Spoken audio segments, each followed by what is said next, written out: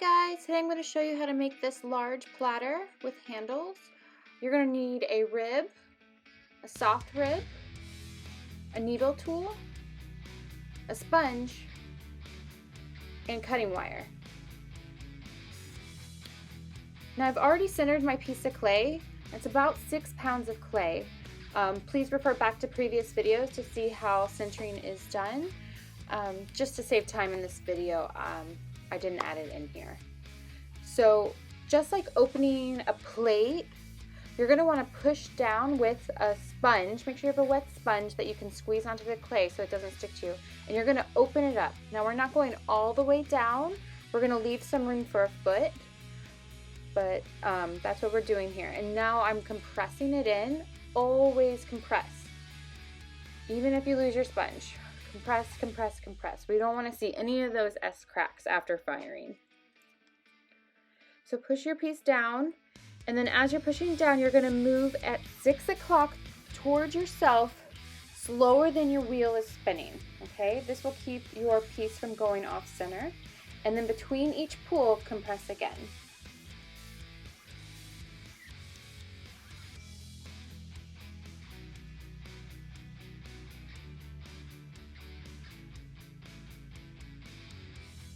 Once you open it up to how big you want your piece to be at the bottom, now you're ready to pull up your walls. So this is a big and heavy piece, so we want to keep our base quite wide to prevent our piece from falling and collapsing. So I'm going to keep my base pretty wide, but I'm going to push in and start lifting out my walls.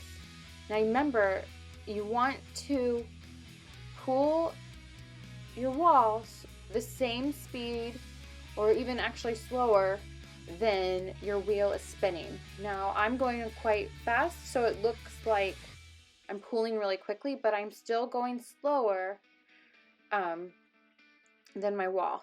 And here you can see I left a little shelf for me to help pull more clay up. I suggest using a sponge with this much clay. You really don't want your hands to be dry while pulling up your walls because it will stick, and with this much clay it's really easy to throw it off center. As you get closer to your rim, you want to release your pressure so it doesn't get too thin at the top, and compress your rim down. Compression is really important when you're throwing on the wheel. So clean up your space, your work, and continue to pull your walls. Now I'm pulling my wall to maybe about 3/4 of an inch thick. It's hard to see in this video, but I want my walls to be thick before I essentially bolt out the sides to make my platter. This will prevent any cracking from where the base of the bowl is to your wall. Here I'm feeling to make sure I have even walls. If I find that there's a space that's a little thinner or thicker, I will release pressure or increase pressure so that I can have even walls. In between adding water, you're going to want to make sure you sponge it out from the inside.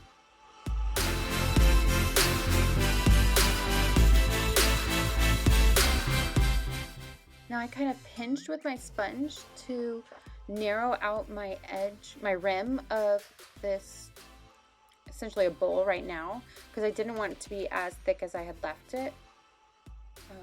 You can also clean up your rim with chamois, which I do suggest everyone getting. You can go to Walmart and get a huge car chamois for cleaning your car and cut it up in slices, and those work really great. But I pulled the walls as high as I want them. I'm going to use my red rib to clean the slip. Barely pressing onto the walls, and all it's doing is gathering the slip and removing it, and this is essential for drying and to have a finished looking pot. If you want your pieces to be taken to the next level, it's important that you start really considering the pot in its entirety. You should have smooth walls before glazing. You should have, everything should be compressed, and everything should be clean. So it's really important. I use the round edge of the rib on the inside and the flat edge on the outside. And all I'm doing is letting it glide along the surface and remove any of that wet slip that you don't want to leave on your pot. And then I'll go back and use my harder rib. I like this yellow rib because it has a curved and a flat side to push out the walls of my platter. And all I'm doing is with both hands together pushing down. So instead of like a bowl where you're kind of pushing out to like at a right angle to the base of your pot, I'm actually pushing down more at like a 45-degree angle. So it still could be like a bowl, a flatter bowl, if you think of it the same way. That's all I'm doing, and you have to be careful at this point. If you go too far, it will collapse. So just be aware. And I'm using the rounded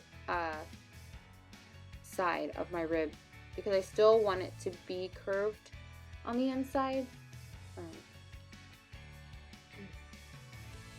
And I'm actually compressing again.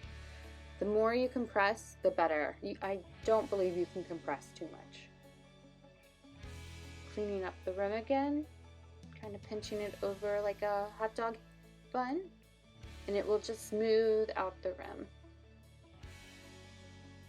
Now I want to take my needle tool and undercut it so that it's easier for my wire cutter to get under the face. Because my piece is so big, I'm removing my tray before I put my cutting wire on it because I don't want to cut through my platter.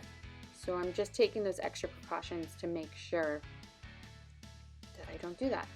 So I'll take my wire cutter, pushing firmly on the bat, down on the bat and towards me. Do not lift up until you know it's out from under your pot. And this is day 1 of the pot completed. Now you can set it from the fan to dry and wrap it, and next week we will trim it and add handles.